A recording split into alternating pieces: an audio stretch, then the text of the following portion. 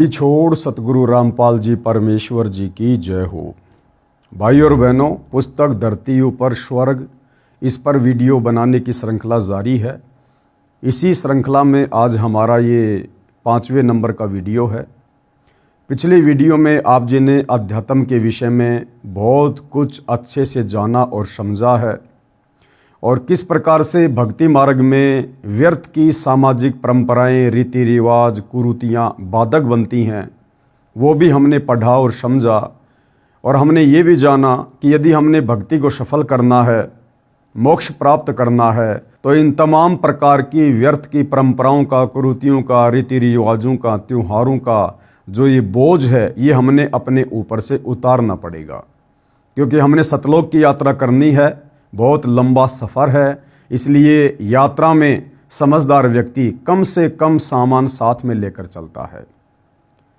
आगे फिर भाई और बहनों, सवालकर्ता ने पूछा सतगुरु रामपाल जी से, क्या आपके अलावा कोई भी धर्मगुरु इन शास्त्रों के गूढ़ ज्ञान को नहीं जानता? क्या गीता और वेदों के ज्ञान से कोई भी परिचित नहीं है आपके अलावा? तो सतगुरु रामपाल जी ने कहा कि निसंदेह मेरे अलावा वर्तमान में धरती पर कोई भी धर्मगुरु किसी भी धर्म का, चारों वेदों से, गीता जी से या किसी भी धर्म की धार्मिक पुस्तक के यथार्थ ज्ञान से परिचित नहीं है। और सतगुरु रामपाल जी ने फिर ये प्रमाणित भी किया, साबित भी किया, गीता जी के श्लोक दिखाकर, अध्याय बताकर। और सतगुरु रामपाल जी ने यहाँ तक कहा कि हमारे गीता के अनुवादकों ने गीता के श्लोकों का अर्थ करते समय शब्दों का अनर्थ किया हुआ है, क्योंकि उन्हें तत्व ज्ञान नहीं था। और तत्व ज्ञान के बिना, सृष्टि रचना के बिना हम कभी भी इन धर्मशास्त्रों के मर्म को नहीं जान सकते। तो किस प्रकार से वर्तमान के हमारे गीता के अनुवादकों ने गीता के श्लोकों के अर्थों का अनर्थ कर रखा है, वो भी सतगुरु रामपाल जी हमें दिखा रहे हैं, बता रहे हैं, ताकि हमें अध्यात्म के विषय में सही प्रकार से जानकारी मिल सके। अब गुरुदेव कह रहे हैं कि मैं इस बात का ये प्रमाण देता हूं, ध्यान व धीरज के साथ सुन व देख। गीता अध्याय 4 श्लोक 32 में क्या कहा है? पहले गीता प्रेस गोरखपुर से प्रकाशित तथा मुद्रित श्री जय दयाल गोविंदका जी द्वारा अनुवादित गीता में दिखाता हूं, जो उन्होंने अड़ंगा अनुवाद किया है। कृपया पढ़ो गीता अध्याय 4 श्लोक 32 की फोटोकॉपी। ये गीता अध्याय 4 श्लोक 32 है। एवं बहुविधा यज्ञा वितता ब्रह्मणे मुखे कर्म जान विधि तान सर्वान एवं ज्ञात्वा विमोक्षसे। इस प्रकार और भी बहुत तरह के यज्ञ, यानी गीता ज्ञान देने वाला अर्जुन को कह रहा है, समझा रहा है कि हे अर्जुन, इस प्रकार और भी बहुत तरह के यज्ञ मानी धार्मिक अनुष्ठानों की जानकारी वेद की वाणी में विस्तार से कहे गए हैं। यहाँ पर भाइयों और बहनों, ये जो शब्द है ब्रह्मणे, इसका अर्थ गीता अनुवादकर्ता ने अपनी ज्ञानहीनता के चलते वेद की वाणी कर दिया, जबकि यहाँ पर ब्रह्मणे शब्द का अर्थ होता है सच्चिदानंद घन ब्रह्म, यानी परमात्मा, पूर्ण परमात्मा, कबीर देव, परम अक्षर ब्रह्म। इस प्रकार और भी बहुत तरह के यज्ञ परमात्मा यानी सच्चिदानंद घन ब्रह्म की वाणी में, यानी उनके तत्व ज्ञान में, उस कबीर वाणी में, जो कबीर वाणी परमात्मा ने अपने मुख कमल से बोली है, उसमें विस्तार से कहे गए हैं। उन सब को तू मन, इंद्रिय और शरीर की क्रिया द्वारा संपन्न होने वाला जान। इस प्रकार तत्व से जानकर उनके अनुष्ठान द्वारा तू कर्म बंधन से सर्वदा मुक्त हो जाएगा। लेकिन गीता के अनुवादकर्ता ने गीता अध्याय 4 श्लोक नंबर 32 में इस ब्रह्मणे शब्द का गलत अर्थ कर दिया। ब्रह्मणे शब्द का अर्थ कर दिया वेद की वाणी, जबकि ब्रह्मणे शब्द का यथार्थ अर्थ है सच्चिदानंद घन ब्रह्म, यानी पूर्ण परमात्मा, कबीर साहिब की वाणी में, उनके तत्व ज्ञान में, उनके सूक्ष्म वेद में, कबीर सागर में विस्तार से सारे धर्म कर्म की जानकारी दी गई है। अब गुरुदेव भगवान ने इसका यथार्थ अनुवाद हमें समझाया है। इस अनुवाद में कई शब्दों के अर्थ गलत किए हैं। ब्रह्मणे शब्द का अर्थ वेद की तथा मुखे का अर्थ वाणी में किया है, जो गलत है। गीता अध्याय 17 श्लोक 23 में भी ब्रह्मणे शब्द है, वहां इसी अनुवादक ने अर्थ ठीक किया है। ब्रह्मणे का अर्थ सच्चिदानंद घन ब्रह्म किया है। यदि गीता अध्याय 4 श्लोक 32 में ब्रह्मणे का अर्थ सच्चिदानंद घन ब्रह्म किया जाए तो सही सरलार्थ हो जाता है, जो इस प्रकार बनता है। कैसे? जो गुरुदेव भगवान ने हमें समझाया है। परमेश्वर सबसे ऊपर के लोक में निवास करता है, वहां से चलकर पृथ्वी पर आता है। यथार्थ अध्यात्म ज्ञान यानी तत्व ज्ञान अपने मुख कमल से बोली वाणी में बताता है। अगर वेद की वाणियों में ही कंप्लीट अध्यात्म होता, तत्व ज्ञान होता, तो कबीर परमेश्वर को शतलोक से चलकर पृथ्वी पर प्रकट होकर अपने मुख कमल से तत्व ज्ञान के माध्यम से धर्म कर्म की जानकारी देने की आवश्यकता नहीं थी।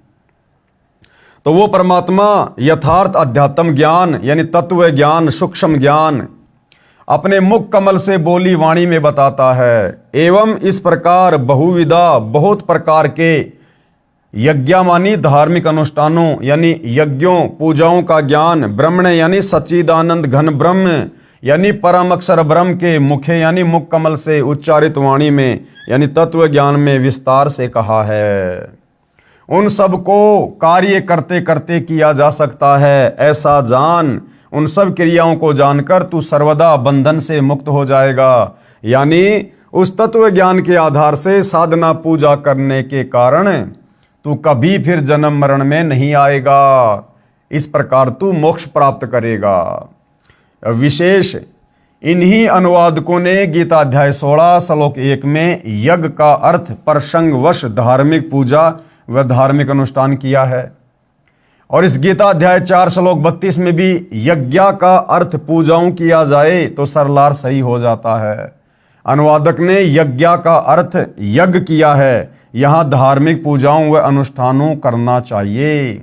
यानी गीता अनुवादकर्ताओं ने अर्थों का भी अनर्थ किया हुआ है अपनी नासमझी के चलते।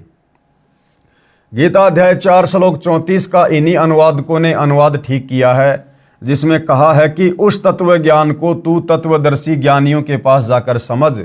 उनको भली भांति दंडवत प्रणाम करने से, उनकी सेवा करने से और कपट छोड़कर सरलता पूर्वक प्रसन्न करने से वे परमात्म तत्व को भली भांति जानने वाले ज्ञानी महात्मा तुझे उस तत्व ज्ञान का उपदेश करेंगे। गीता अध्याय 4 श्लोक 34।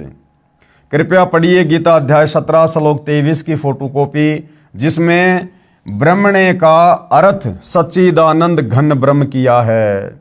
यानी जिस अनुवादकर्ता ने ब्रह्मणे शब्द का गलत अर्थ गीता अध्याय 4 श्लोक 32 में कर दिया, उसी ब्रह्मणे शब्द का सही अर्थ उसने गीता अध्याय 17 श्लोक नंबर 23 में सही किया है।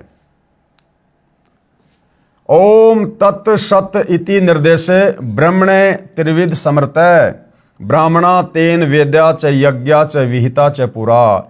इस श्लोक में अनुवादकर्ता ने ब्रह्मणे शब्द का अर्थ बिल्कुल सही किया है, यानी सच्चिदानंद घन ब्रह्म। और इसी ब्रह्मणे शब्द का अर्थ यदि गीता अध्याय 4 श्लोक 32 में भी सच्चिदानंद घन ब्रह्म कर देता तो उस श्लोक का परफेक्ट अनुवाद होता।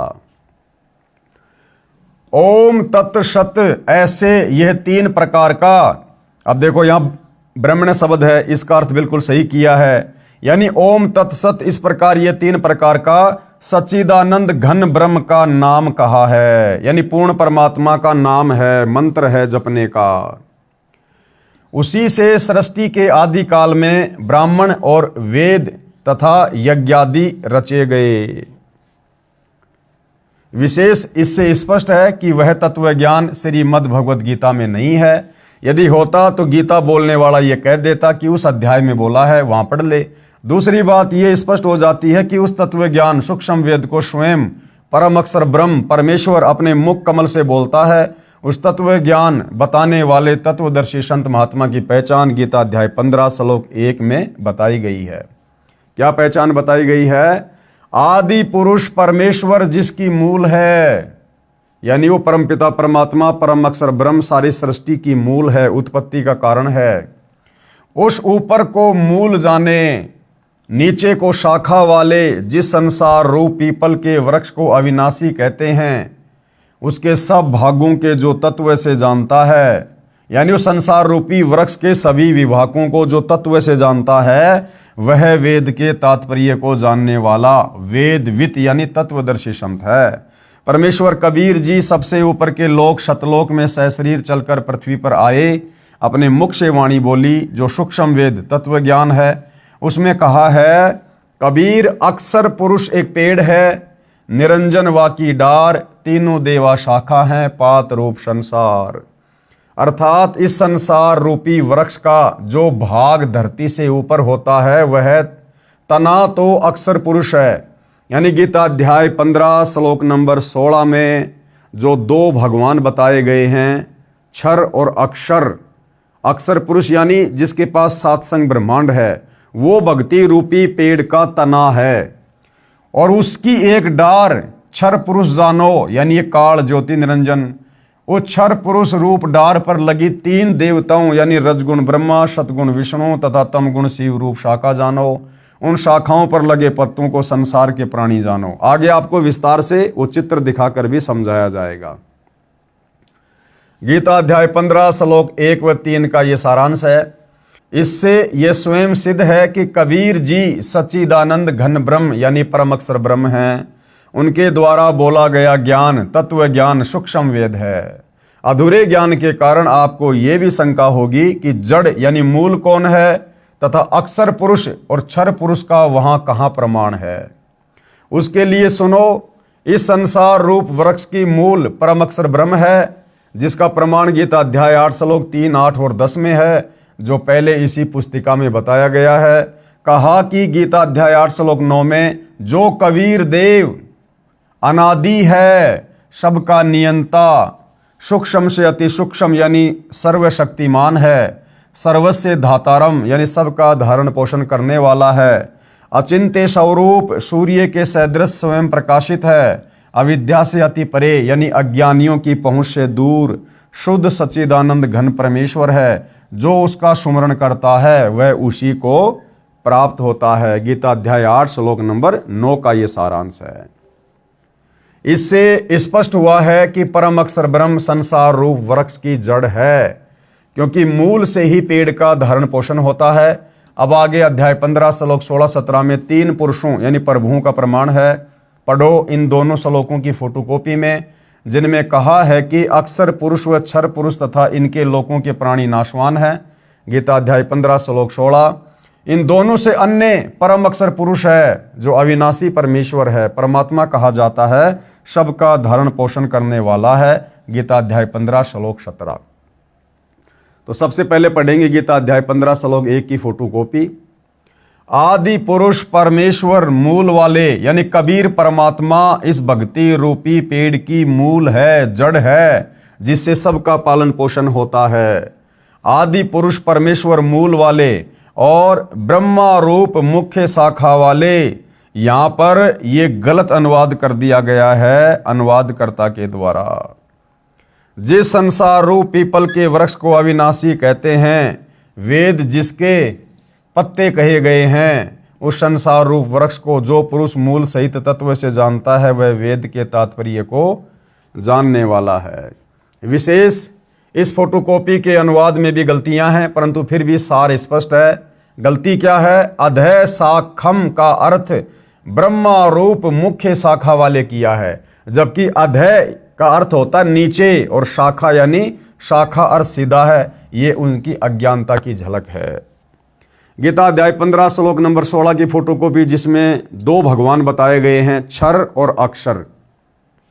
दो इमो पुरुषें लोके यानी इस संसार में दो पुरुष दो भगवान है, एक क्षर है च अक्षर, दूसरा अक्षर है।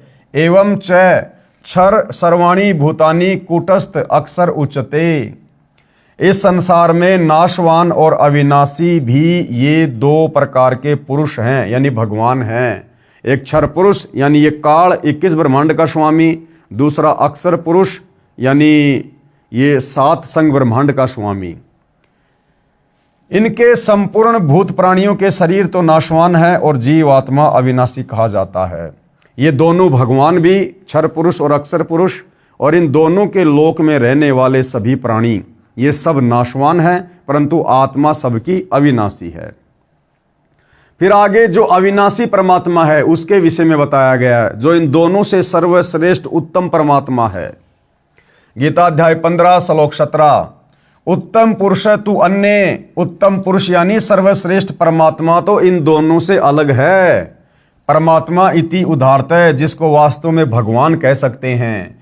ये लोक त्रयम् अवश्य विवर्ति अवय ईश्वरे, जो तीनों लोकों में प्रवेश करके सबका धरण पोषण करता है। उत्तम पुरुष यानी सर्वश्रेष्ठ परमात्मा तो अन्य ही है, क्षर और अक्षर से, जो तीनों लोकों में प्रवेश करके सबका धारण पोषण एवं अविनाशी परमेश्वर परमात्मा इस प्रकार कहा गया है। अब ये पेड़ का चित्र है भाइयों और बहनों, संसार रूपी पेड़ का ये चित्र है। यानी सृष्टि रचना जिन भाई बहनों ने पढ़ी है उनको अच्छे से समझ में आ जाएगा। ये संसार रूपी पेड़ का एक चित्र है, पूरे संसार की रचना है। ये सृष्टि की रचना इस पेड़ से समझ में आ जाती है। पेड़ का जो ये नीचे का हिस्सा है, ये जड़ वाला, ये मूल वाला जो हिस्सा है, ये आपको पता है मिट्टी में रहता है, ये गुप्त रहता है, दिखाई नहीं देता है। ये क्या है? ये पूर्ण परमात्मा है, सारी सृष्टि का मालिक है, जो आप और हमें दिखाई नहीं देता, गुप्त रहता है, क्योंकि हमें इसको देखने की विधि का पता नहीं है, इसको प्राप्त करने की विधि का प्राप्त नहीं है। और इस पेड़ को, पूरे पेड़ को जो पोषण मिलता है, जो आहार मिलता है, वो कहां से मिलता है? इस जड़ से मिलता है, जो गुप्त है, जो जमीन के अंदर है। और इस जमीन से बाहर जो ये तना हमें दिखाई दे रहा है, जो मोटी डार है, ये तना है, ये अक्षर पुरुष है। ये क्या है? अक्षर पुरुष, जिसके साथ संग ब्रह्मांड है। तो अक्षर पुरुष का भी पालन पोषण कौन कर रहा है? अक्षर पुरुष के लोक में सर्व उन प्राणियों का धारण पोषण कौन कर रहा है? ये पेड़ की जड़ कर रही है, ये मूल कर रहा है। ये पूर्ण परमात्मा है, कबीर देव है, कबीर परमात्मा है। तो अक्षर पुरुष ये तना समझो, इस पेड़ का जो ये तना है, जो मोटी डार है, ये अक्षर पुरुष है, सात संग ब्रह्मांड का स्वामी है। अक्षर पुरुष एक पेड़ है, निरंजन वाकी डार। और इस पेड़ के इस तने से जो ये मोटी डार निकल रही है, एक जो मोटी डार निकल रही है, ये है क्षर पुरुष, काल ब्रह्म, ज्योति निरंजन, जिसके साथ संग ब्रह्मांड है। यानी अक्षर पुरुष तो ये हो गया, अक्षर पुरुष एक पेड़ है, और निरंजन वाकी डार, इस तने से जो मोटी डार निकल रही है, ये क्षर ब्रह्म है, क्षर पुरुष है, ज्योति निरंजन है, ब्रह्मा विष्णु महेश का पिता है, दुर्गा का पति है, ये काल है, जो गीता का ज्ञान श्री कृष्ण में प्रवेश करके बोल रहा है। तो इसका पालन पोषण भी कौन कर रहा है? इसी जड़ से हो रहा है। और ये जो मोटी डार है, काल है, ब्रह्म है, इस ब्रह्म से आगे तीन टहनियां निकल रही हैं, रजगुण ब्रह्मा, सतगुण विष्णु और तमगुण शिव जी। ये ब्रह्मा विष्णु महेश इस काल के पुत्र हैं, जो तीन टहनियां हैं। तो ब्रह्मा विष्णु महेश का और इनके लोकों में जितने प्राणी हैं, उनका पालन पोषण भी इसी जड़ से हो रहा है। इसी भक्ति रूपी पेड़ की जो मूल है, जो जड़ है, जो हमें दिखाई नहीं देता, ये कबीर भगवान, जो तीनों लोकों में प्रवेश करके सबका धारण पोषण करता है। और ब्रह्मा विष्णु महेश के बाद ये जो पेड़ के जो पत्ते हैं, ये है पात रूप संसार। ये आप और हम हैं भाई और बहनों, सभी जीवात्माएं, 184 खानियों में पड़े हुए प्राणी, हम इंसान, स्त्री या पुरुष, जीव जंतु जो भी हैं। तो ब्रह्मा विष्णु महेश के माध्यम से फिर ये खुराक आप और हमारे तक पहुंचती है, पात रूप संसार तक पहुंचती है। तो भक्ति रूपी पेड़ का, संसार रूपी पेड़ का पालन पोषण कौन कर रहा है? कबीर भगवान कर रहा है, जो गुप्त है, जो सतलोक में बैठा है, वहां बैठकर सबका पालन पोषण करता है। तो ये भक्ति रूपी पेड़ है, जिससे आपको सारी बातें समझ में आएंगी। अक्षर पुरुष एक पेड़ है, और निरंजन वाकी डार, फिर तीनों देवा शाखा हैं, और फिर पात रूप संसार। तो ये संसार रूपी पेड़ की ये जो आपको फोटोकॉपी दिखाई जा रही है, इसको वही बताएगा जो तत्वदर्शी संत होगा। ये तत्वदर्शी संत की पहचान बताई है गीता जी में, कि जो महापुरुष संसार रूपी इस वृक्ष की, पेड़ की उत्पत्ति को सही सही से बता देगा कि भैया इस पेड़ की मूल कौन है, जड़ कौन है, जो पूरे पेड़ को पोषण देती है, ये कबीर साहिब है।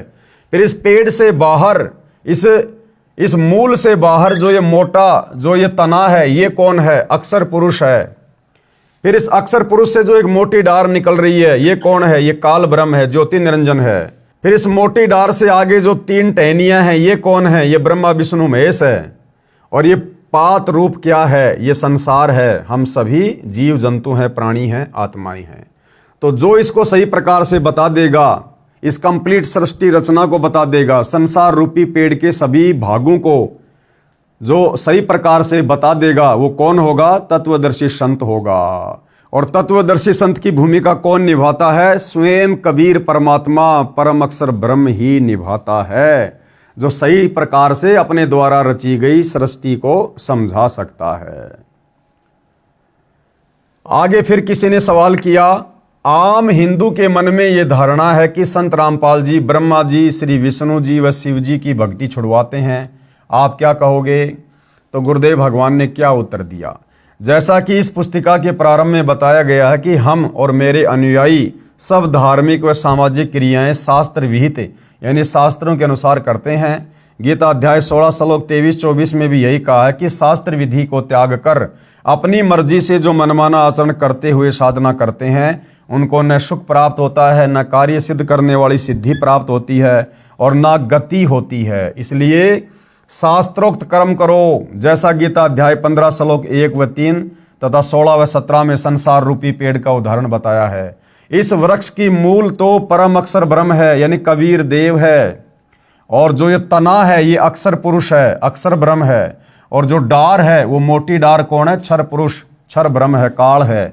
और तीनों देवता रजगुण ब्रह्मा, सतगुण विष्णु, तमगुण शंकर, ये शाखा हैं, जो 3 जो टहनियां हैं, तथा जो पत्ते हैं वो संसार के प्राणी हैं। दास रामपाल दास ब्रह्मा विष्णु तथा शिवजी व देवी देवताओं का सम्मान करता है तथा धार्मिक कर्म शास्त्रोक्त करता है और करवाता है। इसी क्रम में भक्ति की विधि शास्त्रोक्त करनी होती है।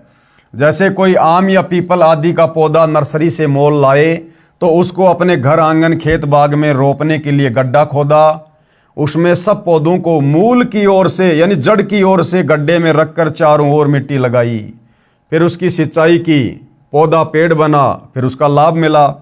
यदि कोई अनजान उस पौधे को शाखाओं की ओर से गड्ढे में रखकर मिट्टी लगाकर सिंचाई करे, क्या वह पेड़ बनेगा? कभी नहीं, नष्ट हो जाएगा। तो इस भक्ति रूपी पेड़ की ब्रह्मा विष्णु महेश तो शाखा है, शाखा। हमने शाखाओं की पूजा नहीं करनी, पूजा हमने पेड़ के जड़ की करनी है, सिंचाई पेड़ की जड़ की करनी है, जिससे पूरे वृक्ष को पोषण मिलेगा। लेकिन हम नादानी में क्या कर रहे हैं? हम नादानी में ब्रह्मा विष्णु महेश रूपी शाखाओं की पूजा कर रहे हैं। हमने भक्ति रूपी पौधा उल्टा लगा दिया, उल्टा बीज दिया, जिस कारण से हमें भक्ति का कोई लाभ वर्तमान में प्राप्त नहीं हो पा रहा है। ठीक इसी प्रकार हम शास्त्रों में बताए अनुसार भक्ति रूपी पौधा रोपते यानी लगाते हैं, जो शास्त्र विधि अनुसार है, लाभदायक है। यानी गीता अध्याय 3 श्लोक 14 और 15 में भी स्पष्ट किया है कि अविनाशी परमात्मा यानी परम अक्षर ब्रह्म जो धार्मिक अनुष्ठानों में यानी यज्ञों में प्रतिष्ठित है, अर्थात उसी को इष्ट मानकर धार्मिक अनुष्ठान, पूजाएं, यज्ञ आदि करने चाहिए। कृपया देखिए सीधा तथा उल्टा बीजा रोपा हुआ भक्ति रूपी पौधे के चित्र तथा पढ़े गीता अध्याय 3 श्लोक 14-15 की फोटोकॉपी। अब ये देखिएगा भाइयों और बहनों, इस भक्ति मार्ग को अच्छे से समझने के लिए आप और हमने किस प्रकार से भक्ति साधना करनी चाहिए। ये जो आपको पौधा दिखाया गया है, ये शास्त्र विरुद्ध साधना का है। जो शास्त्र विरुद्ध साधना वर्तमान में पूरा हिंदू समाज कर रहा है, जिसको करने के चलते हमें भक्ति मार्ग का कोई लाभ प्राप्त नहीं हो रहा। आप भाई बहनों ने देख लिया कि भक्ति रूपी पेड़ की जो जड़ है वो कौन है? वो कबीर परमात्मा है। यानी पेड़ को जो पालन पोषण मिलता है, जो आहार मिलता है, जो पोषण मिलता है, वो जड़ से मिलता है। यानी जड़ उस पेड़ का पिता है, उसका बाप है, जो उसको सारा आहार दे रहा है, जिसके बलबूते पर वो पेड़ फल फूल रहा है। तो हम भाई बहनों ने क्या कर लिया? हमने करनी तो थी जड़ की पूजा, यानी भक्ति रूपी जो ये पौधा है, हमने इसकी मूल की सिंचाई करनी थी, जल की सिंचाई करनी थी, हमने पानी डालना था, खाद डालना था जड़ में। यानी हमने साधना भक्ति पूजा करनी थी जड़ की। लेकिन आप और हमने अज्ञानता में क्या कर दिया, हमारे धर्मगुरुओं ने क्या करवा दिया, ब्रह्मा विष्णु महेश रूपी शाखाओं की पूजा शुरू करवा दी। यानी हमने भक्ति रूपी पेड़ को जमीन में उल्टा गाड़ दिया। हमने ब्रह्मा विष्णु महेश की पूजा करनी शुरू कर दी, हमने टहनियों की पूजा करनी शुरू कर दी। अब यदि कोई व्यक्ति आम खाना चाहता है, नर्सरी से आम का पौधा लेकर आता है, तो वो क्या करेगा, घर में आकर आम को कैसे लगाएगा, आंगन में वो गड्ढा खोदेगा। गड्ढा खोदने के बाद में पेड़ को वो टहनियों की तरफ से जमीन में गाड़ेगा या फिर जड़ को जमीन में गाड़ेगा। तो जाहिर सी बात है वो जड़ को जमीन में गाड़ेगा। लेकिन हमारे धर्म गुरुओं ने इस भक्ति रूपी पेड़ की जड़ को तो ऊपर कर दिया, और जो टहनियां हैं ब्रह्मा विष्णु महेश जिनके फल लगते हैं उनको जमीन के अंदर ही गड़वा दिया। यानी ब्रह्मा विष्णु महेश की पूजा करनी शुरू करवा दी, जिस कारण से हमारा ये भक्ति रूपी पौधा सूख जाता है। हमें किसी प्रकार का कोई लाभ अध्यात्म का नहीं होता है। यदि हमने भक्ति रूपी पेड़ को सही प्रकार से लगाया होता, यानी शास्त्र अनुकूल सही भक्ति हमने की होती, तो भाइयों और बहनों आप और हमें इस भक्ति का पूरा लाभ मिलता। तो आज वर्तमान में पूरा हिंदू समाज भक्ति कर रहा है, मंदिर में जा रहा है, हर प्रकार से तीर्थों पर धामों पर व्रत कर रहा है, भंडारे कर रहा है, लेकिन कोई किसी प्रकार का लाभ उसके भाग्य में कोई परिवर्तन नहीं हो रहा है। यदि परिवार में किसी की मृत्यु होनी है तो हो रही है, किसी की अकाल मृत्यु हो रही है तो हो रही है, किसी के ऊपर संकट आ रहे हैं, दुख आ रहे हैं तो आ रहे हैं। क्यों? क्योंकि हमने भक्ति रूपी पौधे को उल्टा बीजा हुआ है। अब यदि हमने भक्ति रूपी पौधे को सही प्रकार से बीजना है, यानी शास्त्र अनुकूल भक्ति करनी है, तो क्या करना होगा, इस प्रकार से करना होगा भाइयों और बहनों। क्योंकि ये भक्ति रूपी पेड़ है, इसकी जो जड़ है वो पूर्ण परमात्मा है, कबीर साहिब है, जो तीनों लोकों में प्रवेश करके सबका धारण पोषण करता है।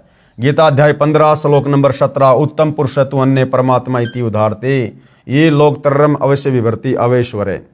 तो ये भक्ति रूपी पेड़ की जड़ है, मूल है, यानी पूरी सृष्टि का मालिक कौन है, कबीर परमात्मा। तो हमने उस कबीर परमेश्वर जी की पूजा करनी चाहिए, अपना इष्ट मानकर कबीर भगवान की हमने पूजा करनी चाहिए। जब कबीर भगवान की पूजा करेंगे तो ये खुराक कहाँ जाएगी, ये पेड़ का जो ये तना है, जो जमीन से बाहर है, मोटी डार, जो अक्षर पुरुष है, ये खुराक यहां जाएगी। अक्षर पुरुष से फिर खुराक कहाँ जाएगी, ये काल है, जो मोटी डार है, ये काल है, क्षर पुरुष है, ज्योति निरंजन है, ये ब्रह्मा विष्णु महेश का पिता है, यहां जाएगी। और फिर इस डार से, यानी इस काल ब्रह्म से फिर ये भक्ति रूपी खुराक कहां जाएगी, इस मोटी डार से जो 3 टहनियां निकल रही हैं, रजगुण ब्रह्मा, सतगुण विष्णु, तमोगुण शिव जी, इन तीनों देवताओं के पास हमारा संस्कार जाएगा। क्यों? क्योंकि हमने पूजा किसकी की, पूर्ण परमात्मा कबीर साहिब की हमने पूजा की, शास्त्र विधि अनुसार हमने पूजा की, इष्ट मानकर।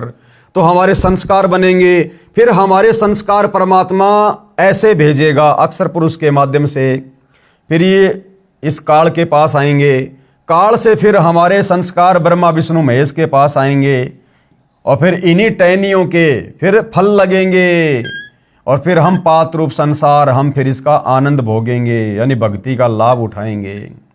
तो हमने पूजा तो करनी चाहिए थी पूर्ण परमात्मा कबीर साहब को इष्ट मानकर, और हमारे नादान धर्म गुरुओं ने हमारे से पूजा शुरू करवा दी ब्रह्मा विष्णु महेश की 3 शाखाओं की। और यदि हम इन 3 शाखाओं को, जिनके फल लगते हैं, यदि हम इनको जमीन में गाड़ देंगे और सोचेंगे इसके आम लगेंगे, कभी नहीं लगेंगे, ये पेड़ हमारा सूख जाएगा। तो हमने इस प्रकार से शास्त्र अनुकूल साधना करनी पड़ेगी भाइयों और बहनों, तब जाकर हम अध्यात्म का लाभ उठाएंगे, हमारी मुक्ति होगी। गीता अध्याय 3 श्लोक 14-15 की फोटोकॉपी। संपूर्ण प्राणी अन्न से उत्पन्न होते हैं, यानी अन्न खाकर ही हम जिंदा रहते हैं। अन्न की उत्पत्ति वृष्टि से, यानी वर्षा से होती है, और वृष्टि किससे होती है, यज्ञ करने से होती है, और यज्ञ विहित कर्मों से उत्पन्न होने वाले हैं। विहित कर्म यानी शास्त्र अनुकूल साधना करने से। यहाँ पर ये वेद लिख दी है यहाँ पर, जो कि यह गलत है। और वेद को अविनाशी परमात्मा से उत्पन्न हुआ जान, वेद नहीं है, ब्रह्म है, ब्रह्म काल, ब्रह्मो उद्दम। इससे सिद्ध होता है कि सर्वव्यापी परम अक्षर ब्रह्म परमात्मा सदा ही यज्ञ में प्रतिष्ठित रहता है। तो जब हम उस कबीर परमात्मा को इष्ट मानकर भक्ति पूजा करेंगे तो हमारे संस्कार बनेंगे, फिर वो संस्कार आप और हमारे पास में ब्रह्मा विष्णु महेश के माध्यम से आएंगे।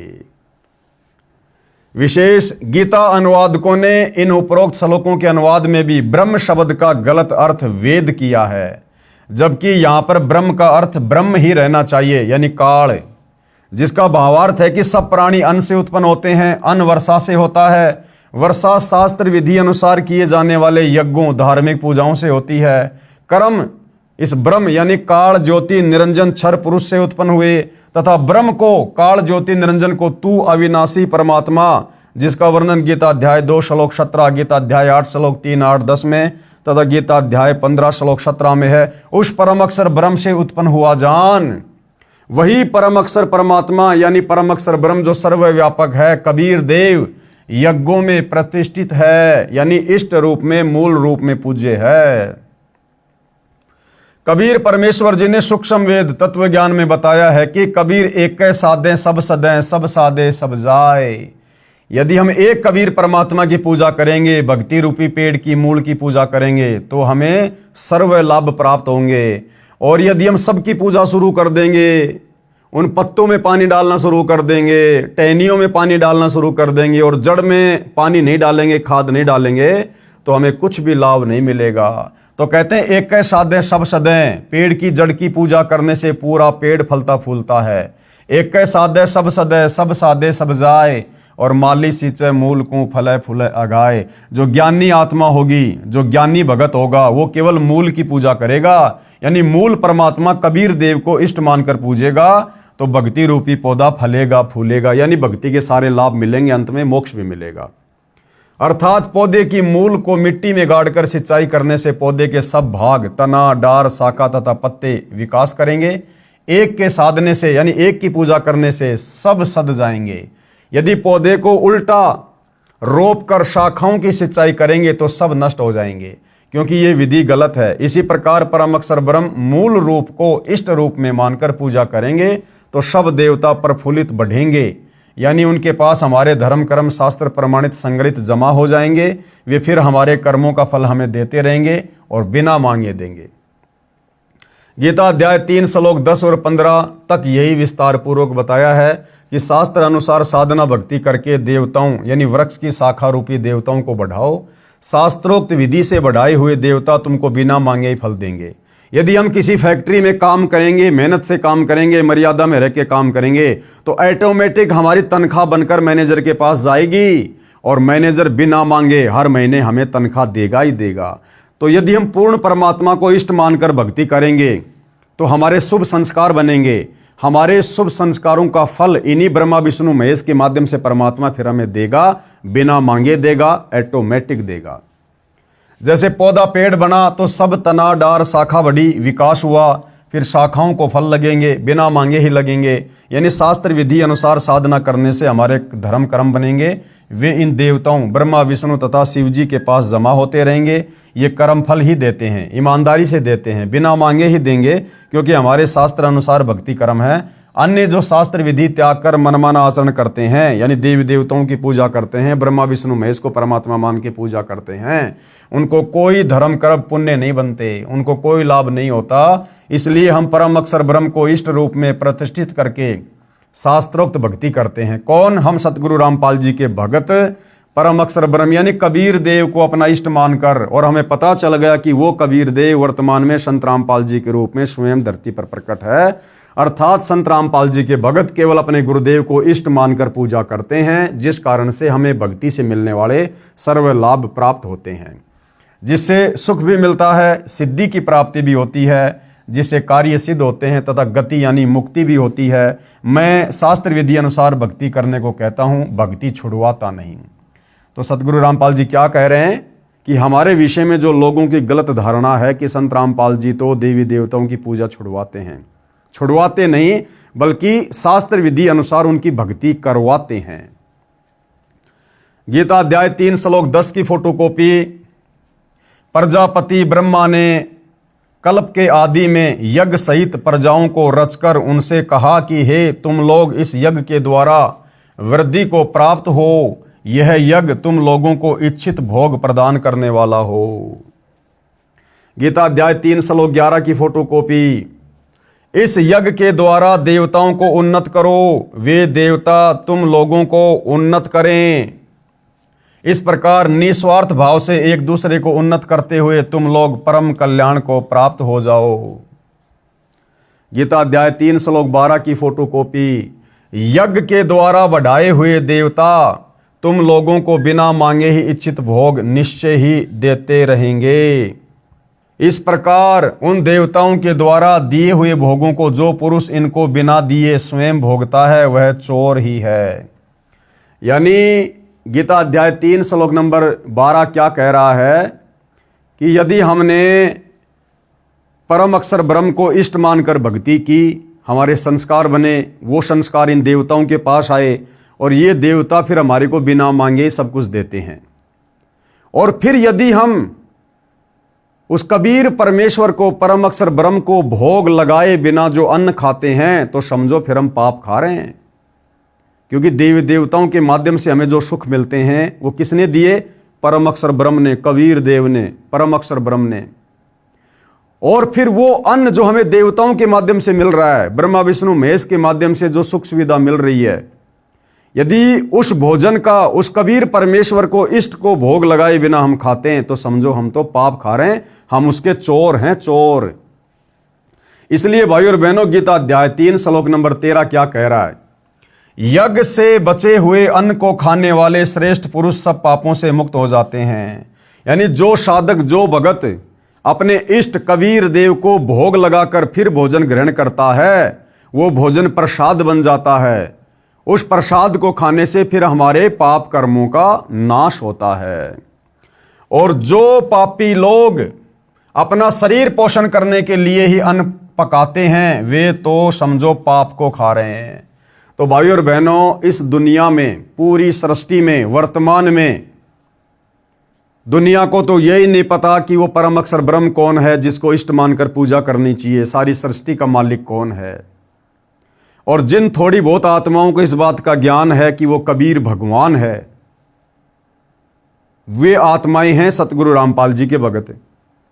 अब सतगुरु रामपाल जी के भक्तों में भी 90% को ये नहीं पता कि वो कबीर परमात्मा वर्तमान में कौन है, कहाँ है, जिसको भोग लगाकर अन्न खाने से हमारे पाप कर्म का नाश होगा। तो वो दया केवल सतगुरु रामपाल जी की चंद आत्माओं के ऊपर हुई है। और वो आत्माएं हैं साध संगति से जुड़े हुए सत्सेवक भाई बहन। क्योंकि सतगुरु रामपाल जी के मार्ग में वर्तमान में 2 पार्ट हो चुके हैं, एक सतलोक आश्रम, दूसरे साध संगति से जुड़े भाई बहन। तो साध संगति से जुड़े भाई बहन प्रतिदिन अपने घर पर अपने गुरुदेव को इष्ट मानकर, पूर्ण परमात्मा मानकर, विधि विधान अनुसार भोग की आरती के साथ भोग लगाकर अन्न ग्रहण करते हैं। यानी वर्तमान में यदि पाप कर्मों का नाश किन्हीं आत्माओं का हो रहा है तो केवल साध संगति से जुड़ी हुई आत्माओं का हो रहा है।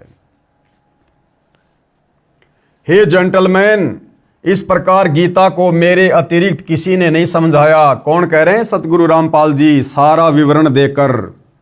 क्योंकि किसी को ज्ञान ही नहीं है। मैं इसलिए कहता हूं कि मेरे अतिरिक्त कोई भी सही साधना करता और करवाता नहीं है। हम अविनाशी परमेश्वर परम अक्षर ब्रह्म की भक्ति इष्ट मानकर करते हैं, जो सबका धारण पोषण करने वाला है, जो गीता ज्ञान बताने वाले से अन्य है, जो पाप काटकर सुखी करता है।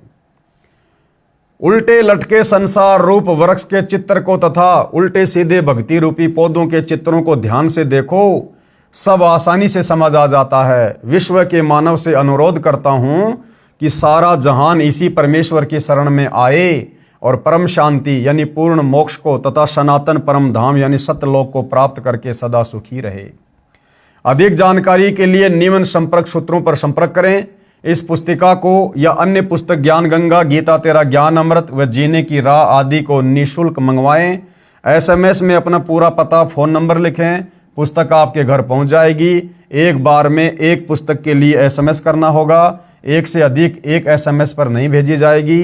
एक पढ़ो फिर दूसरी निःशुल्क मंगाओ। प्रचार प्रसार समिति बरवाड़ा, संपर्क सूत्र ये इनके मोबाइल नंबर हैं। धन्यवाद। सर्व मानव समाज का शुभ चिंतक रामपाल दास, शतलोक आश्रम बरवाड़ा, जिला हिसार, हरियाणा, भारत। तो भाइयों और बहनों, धरती ऊपर स्वर्ग पुस्तक पर वीडियो बनाने की श्रृंखला आज समाप्त हुई, क्योंकि ये छोटी छोटी पुस्तकें हैं, कोई 50 पेज की है, कोई 100 पेज की है, कोई 60 पेज की है। तो हम भगत भाई बहनों ने जो ये वीडियो बनाने की श्रृंखला शुरू की है, हमारा मकसद यही है कि हम भक्ति से दूर बैठे समाज को भी एक संदेशा दें, क्योंकि परमात्मा स्वयं संत रामपाल जी के रूप में धरती पर आए हुए हैं, प्रकट हैं, विद्यमान है।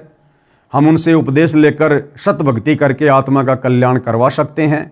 जब तक इस गंदे लोक में रहेंगे, हमें सर्व सुख परमात्मा की मर्यादित भक्ति करने से मिलते रहेंगे।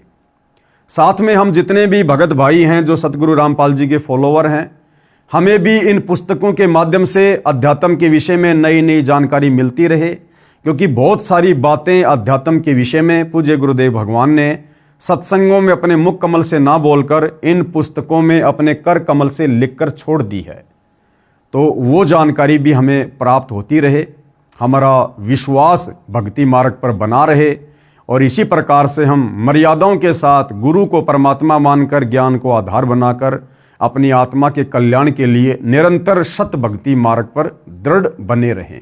तो भाइयों और बहनों, आज इस पुस्तक के ऊपर वीडियो बनाने की श्रृंखला समाप्त हुई।